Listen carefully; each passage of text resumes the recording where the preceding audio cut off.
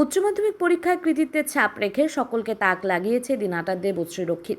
তার এই কৃতিত্বকে সম্মান জানিয়ে পাশে দাঁড়ালো বিদ্যুৎ দপ্তরের দিনহাটা ডিভিশন। শুক্রবার দুপুরে শহরের পাওয়ার হাউস মোড়ে অবস্থিত বিদ্যুৎ দপ্তরের ডিভিশনাল অফিসে এক সম্বর্ধনা অনুষ্ঠানের আয়োজন করা হয়। সেখানেই দেবশ্রীকে পুষ্পস্তবক ও উপহার সামগ্রী দিয়ে সম্মানিত করেন আধিকারিকরা। অনুষ্ঠানে উপস্থিত ছিলেন দিনহাটা ডিভিশনের ডিভিশনাল ম্যানেজার কল্যাণ সরকার, স্টেশন ম্যানেজার বাপ্পা দাস সহ অন্যান্য আধিকারিকরা। সংক্ষিপ্ত বক্তব্যে ডিভিশনাল ম্যানেজার দেবশ্রী ভবিষ্যতের জন্য শুভেচ্ছা জানান এবং তাকে অনুপ্রেরণা হিসেবে তুলে ধরেন। কলা বিভাগে 445 নম্বর পেয়ে সাফল্যের নজির গড়েছে দেবশ্রী। আর্থিক অনটনের মধ্যেও তার এই লড়াই ও সাফল্য সকলের কাছে দৃষ্টান্ত। সম্বর্ধনা পেয়ে আপ্লুত দেবশ্রী জানান, আমি চাই আগামী দিনে যেন সবাই আমার পাশে থাকে। বড় হয়ে ইউপিএসসি পরীক্ষায় পাশ করে আইএএস হতে চাই। তার বাবা দীপু রক্ষিত বলেন, বিদ্যুৎ দপ্তরের মতো একটি সরকারি দপ্তর যে আমাদের মেয়ের পাশে দাঁড়ালো তা আমাদের কাছে ভীষণ গর্বের। এদিনের অনুষ্ঠানে দেবশ্রীর কৃতিত্বকে কেন্দ্র করে আবেগে সুরে জড়িয়ে যায় দিনহাটা বিদ্যুৎ দপ্তরের আধিকারিক থেকে শুরু করে সাধারণ মানুষও। গর্বের বিষয় যে দেবশ্রী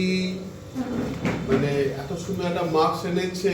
হয়তো আর্থিক রূপে খুব একটা সচ্ছল না, এখন আর্থিক রূপে সচ্ছল হয়ে অনেক টিউশন পড়ে অনেক করে আলটিমেটলি মার্কসটা নিয়ে আসে। ও যে এই পজিশনে দাঁড়িয়ে এত ভালো মার্কস এনেছে সেটা সত্যি আমাদের একটা গর্বের বিষয়। দেখ, আমাদের এসিডিসির আগে একটা সিএসআর প্রোগ্রাম ছিল, যাতে আমরা কম্পিউটার দিতাম সেই প্রোগ্রাম এখন আজকাল কমে যাওয়াতে আমরা নিজের থেকে একটা আয়োজন করেছি, তাকে ওকে সামান্য কিছু একটা উপহার দিয়ে একটা কিছু সম্বোধন করা অনুষ্ঠানটা। ঠিক আছে, ওনারা আমাকে এই সাহায্য সহযোগিতা করছেন, তার জন্য অনেক ধন্যবাদ।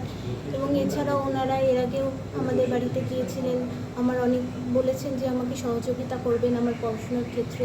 তো আজকে ওনাদের এই সংবর্ধনাকে আমি সম্মান জানাই, আর সবাইকে এটাই কামনা করি যে সবাই যেন আমাকে আশীর্বাদ করে, যে পরবর্তীতে যেন আমি এগিয়ে যেতে পারি, ভালো ফল করতে পারি।